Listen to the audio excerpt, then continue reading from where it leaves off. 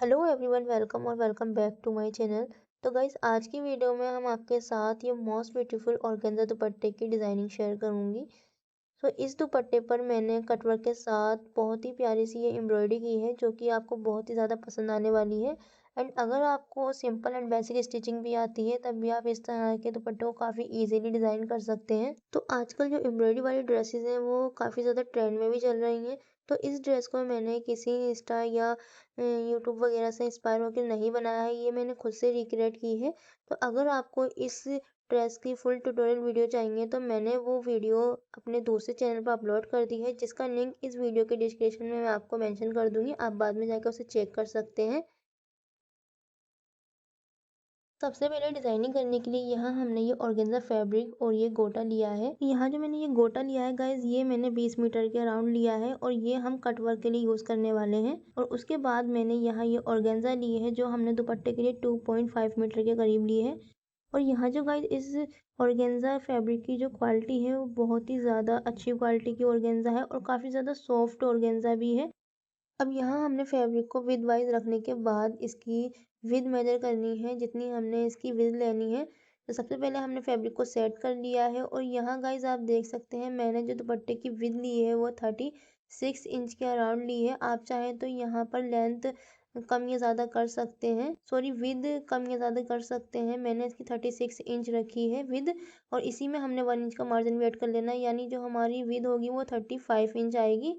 अब इसमें हमने एक छोटा सा कट्स लगाना है और कट लगाने के बाद इस तरह से हमने फैब्रिक को जितना भी एक्स्ट्रा फैब्रिक है हमारा, उसे इस तरह से हमने निकाल देना है। और निकालने के बाद यहाँ गाइज मैंने इसको इस तरह से रख लिया है। अब हमने क्या करना है, इसकी बिल्कुल 1/2 इंच से भी कम हमने इसकी किनारे को इस तरह से फोल्ड कर लेना है और फोल्ड करने के बाद हमने इसको चारों तरफ से स्टिच कर लेना है।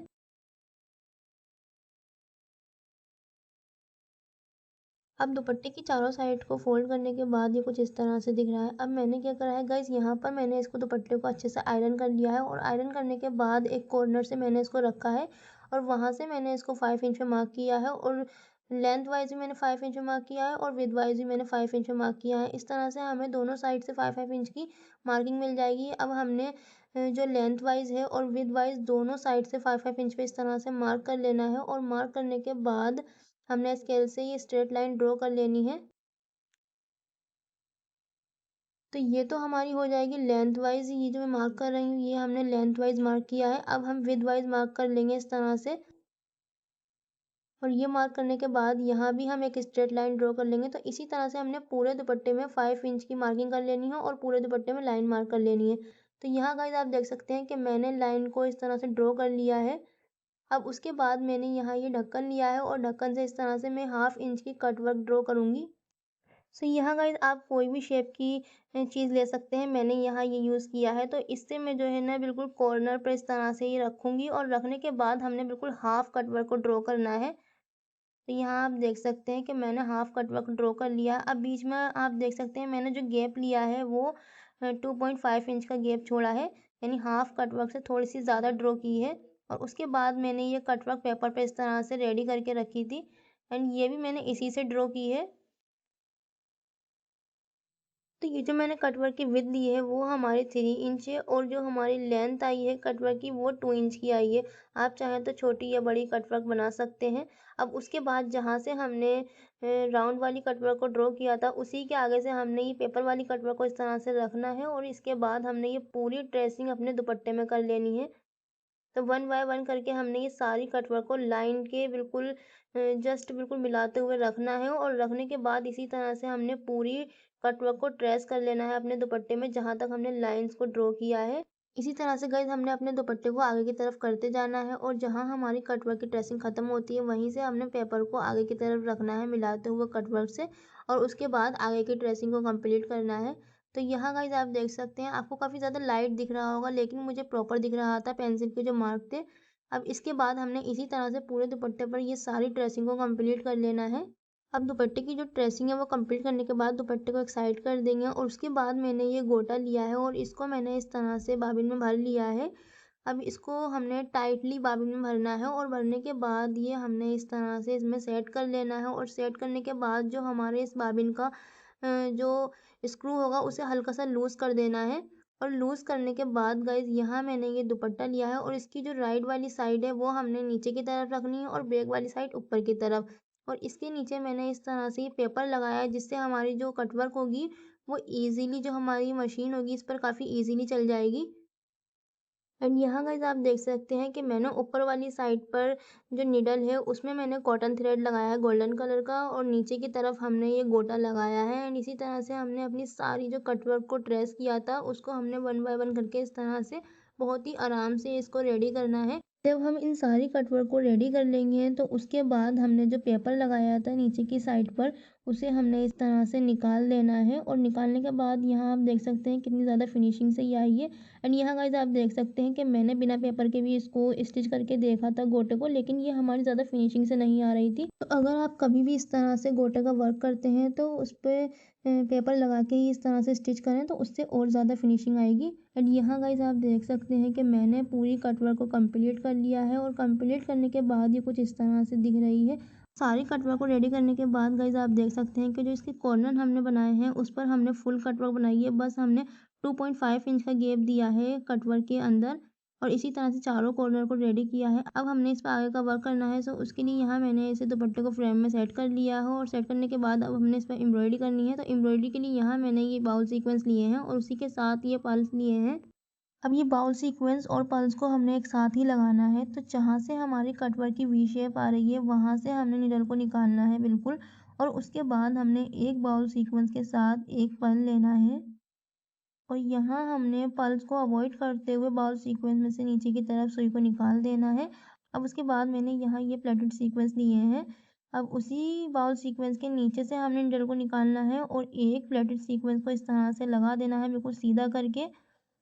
और आगे की तरफ जो हमारे प्लेटेड सीक्वेंस में होल है वहाँ से भी हमने सुई को नीचे की तरफ निकाल देना है और जहाँ से हमने सुई को नीचे निकाला था वहीं से हमने दोबारा सुई को निकालना है ऊपर की तरफ और एक और प्लेटेड सीक्वेंस लेना है और इस तरह से हल्का सा टेढ़ा करते हुए लगाना है।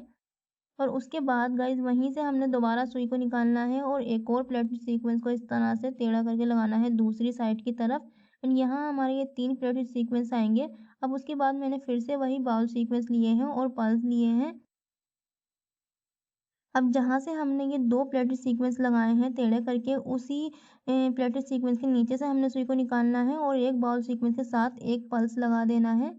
अब उसके बाद गाइज़ यहाँ मैंने आप देख सकते हैं कि मल्टी कलर्स में बाउल सीक्वेंस लिए हैं बिल्कुल स्मॉल साइज़ के और उसी के साथ कट बीट्स लिए हैं और कट बीट्स को अवॉइड करते हुए हमने बाउल सीक्वेंस में से इस तरह से निकाल देना है। अब इसी के बाद गाइज़ हमने फिर से एक और बाउल सीक्वेंस के साथ कट बीट्स लगाना है एंड इस तरह से गाइज़ हमने जो बड़ा वाला बाउल सीक्वेंस लिया था उसके नीचे हमने एक छोटे बाउल सीक्वेंस का फ्लावर बनाना है। तो वन बाय वन करके हमने ये छोटे वाले बाउल सीक्वेंस का एक फ्लावर पूरा कंप्लीट कर देना है और कंप्लीट करने के बाद गाइज़ यहाँ पर हमने पक्का करना है क्योंकि जो हमारा थ्रेड है वो नीचे से हम इस तरह से नहीं ले सकते हैं एंड इसके बाद जो है हमारा वो दिखने लगेगा अगर हम ऐसे ही एक ही थ्रेड से स्टिचेस लगाते जाएंगे। एंड उसके बाद गाइज हमने दूसरी वाली जो गोटा वर्क की लाइन है उस पर भी हमने यही वर्क कंप्लीट करना है एंड इसी तरह से हमने बाउल सीक्वेंस का फ्लावर बनाना है पूरा।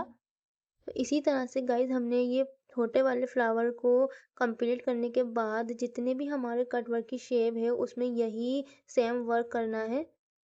तो यहाँ गाइज आप देख सकते हैं कि मैंने इस पूरे वर्क को कंप्लीट कर लिया है। तो ये बनने के बाद सिंपली काफ़ी ज़्यादा अच्छा लग रहा था। यहाँ गाइज आप देख सकते हैं कि इसके जो थ्रेड है वो भी नज़र नहीं आ रहे हैं ज़्यादा। अगर हम इसे एक ही बार में स्टिच करते तो ये जो हमारा थ्रेड होते हैं वो नज़र आने लगते।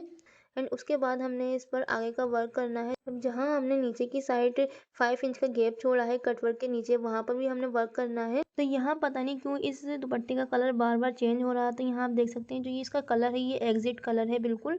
एंड अब इसके बाद हमने आगे का वर्क करना है। तो उसके बाद मैंने यहाँ ये फैब्रिक को इस तरह से रख लिया है एंड रखने के बाद बिल्कुल कॉर्नर से हमने 2 इंच का मार्क किया है और विद वाइज भी और लेंथ वाइज हमने 2 इंच का मार्क किया है। अब उसके बाद यहाँ पर हमने लेंथ वाइज 7 इंच में मार्क किया है कटवर्क के नीचे। तो यहाँ मैं आपको ऐसे ही बता रही हूँ कि मैंने कहाँ कहाँ मार्क किया है और कितने इंच में मार्क किया है। आप चाहें तो इसे ऐसे ही मार्क कर लें अपनी अकॉर्डिंग आपको कैसे करना है। अब उसके बाद मैंने फैब्रिक को फ्रेम में सेट कर लिया है और यहाँ मैंने ये बाउल सीक्वेंस लिए हैं जो हमने फ्लावर बनाने के लिए लिए थे और उसी के साथ ये वाइट कट बीट्स लिए हैं। अब जहाँ जहाँ हमने मार्क किया था वहाँ पर हमने बिल्कुल सेंटर से नीडल को निकालना है और एक बाउल सीक्वेंस के साथ एक कट बीट्स लेना है। एंड कट वर्क पे जहाँ हमने फ्लावर बनाए थे वो गाइस जो सीक्वेंस थे वो बिल्कुल स्मॉल साइज के थे, और ये वाले थोड़े उससे बड़े साइज के सीक्वेंस हैं। एंड इसका भी हमने जहाँ मार्क किया है वहाँ पर हमने इसी तरह से फ्लावर बनाना है, 1 बाय 1 करके इसी तरह से बीच में एक सीक्वेंस लगाना है और उसके साइड से 5 सीक्वेंस लगाने हैं। तो इस तरह से हमारा एक फ्लावर आएगा, और यहाँ पर हमने पक्का कर देना है फ्लावर बनाने के बाद। तो इसी तरह से हमने ये सारे फ्लावर को कंप्लीट कर लेना है जितने भी हमने मार्क किए हैं। तो सारे फ्लावर को बनाने के बाद ये आप इसका लुक देख सकते हैं, एंड बनने के बाद लिटरली गाइस ये बहुत ही ज़्यादा अच्छा लग रहा था दुपट्टा। एंड इसकी जो एम्ब्रॉयडरी है गाइस वो काफ़ी इजी वे में मैंने आपके साथ शेयर की है। एंड अगर आपको वीडियो अच्छी लगी हो तो please like share and subscribe ज़रूर करते जाना। एंड साथ ही में हमने इसकी कुर्ती को रेडी किया है, और कुर्ती के साथ हमने ट्राउज़र को रेडी किया है। एंड अगर आपको इसकी फुल ड्रेस की ट्यूटोरियल वीडियो चाहिए तो मैंने वो अपने दूसरे वाले यूट्यूब चैनल पर अपलोड कर दी है, जिसका लिंक मैं आपको इस वीडियो के डिस्क्रिप्शन में मेंशन कर दूंगी। आप बाद में ज़रूर जाके देख सकते हैं। एंड चैनल को ज़रूर सब्सक्राइब करें। Thank you for watching this video. Bye bye, take care.